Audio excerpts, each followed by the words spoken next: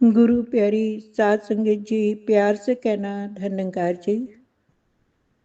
आज का टॉपिक गुरसिख चाहे तोड़ भी दे पर गुरु ना नाता तोड़ेगा, कह हरदेव पकड़ा है तो हाथ कभी ना छोड़ेगा।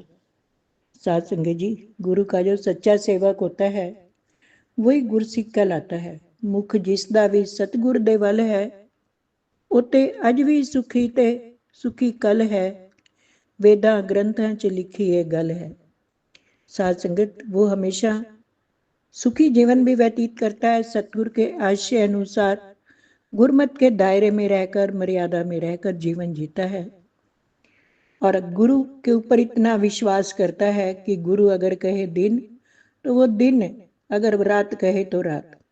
साध संगत जी, इतिहास में बताते हैं रात के 12 बजे का टाइम है, गुरु साहिबान अपने गुरसिख को कह रहे हैं जा कपड़े धो के आ। तो वो दिन समझकर कि मेरे गुरु ने बोल दिया तो दिन हो गया, चल पड़ा कपड़े की बाल्टी भरकर धोने के लिए सरोवर पर। लेकिन एक महात्मा कह रहे हैं उससे रास्ते में, अभी तो रात है, तू कहाँ जा रहा है कपड़े धोने।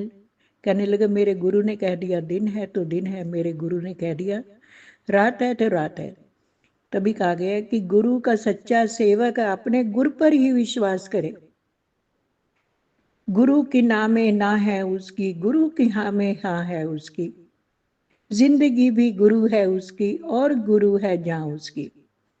जो गुरु आखे, अवतार वाणी में भी बाबा जी समझाते हैं सबसे सुंदर परिभाषा गुरसिख की। जो गुरु आखे वो कुछ करना, सेव कमाना सीखी है, जो कुछ देवे वो कुछ खा के शुक्र मनाना सीखी है।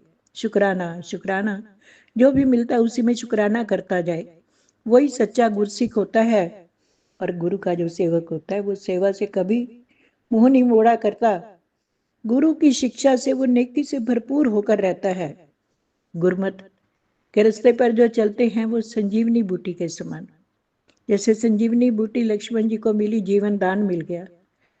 राम ने भेजा हनुमान जी को, हनुमान जी के मन में थोड़ा सा अभिमान तो आया, लेकिन कि मैं लेकर जा रहा हूं, लेकिन अभिमान टूटा तभी जब वो अयोध्या क्रॉस कर रहे थे। नीचे भरत जी पहरा दे रहे थे, रात का समय था।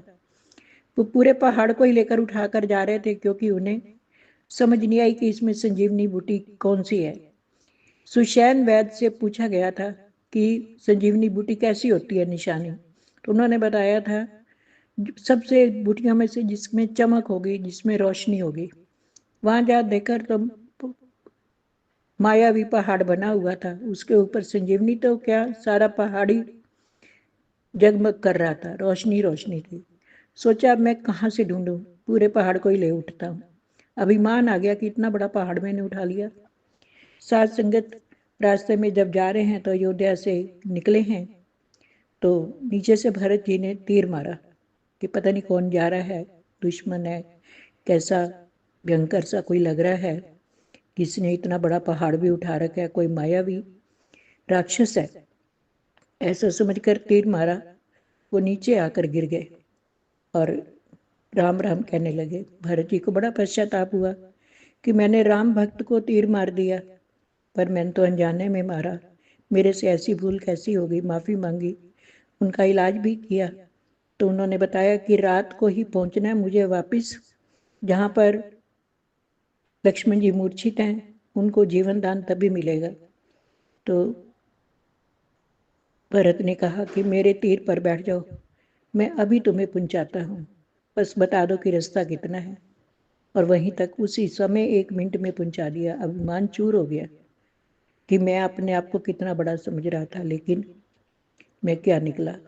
साध संगत, गुरु के कहने के अनुसार जो जीवन जीते हैं, ये जिसका हाथ पकड़ लेते हैं कभी नहीं छोड़ते। एक संत नदी में खड़ा है, डूबने को हो रहा है, तो गुरु को कह रहा है मेरा हाथ पकड़ लो, मेरा हाथ पकड़ लो। गुरु नहीं पकड़ रहे हैं, लेकिन थोड़ी देर बाद गुरु ने हाथ दिया, उसने पकड़ लिया और कह रहा है, गुरु ने कहा पहले क्यों नहीं मेरे को अपना हाथ दिया। कहने लगे पहले तो मैं आपको पकड़ना चाहता था, लेकिन मेरा पकड़ा हुआ तो छूट भी जाएगा, लेकिन आपने जब हाथ पकड़ा तो अब कोई नहीं छुड़ा सकता है। तभी कहा गया है कि चाहे तोड़ दे गुरसिख, पर गुरु ना नाता तोड़ेगा, कह हरदेव पकड़ा है तो हाथ कभी ना छोड़ेगा। प्यार से कहना। धन्यवाद।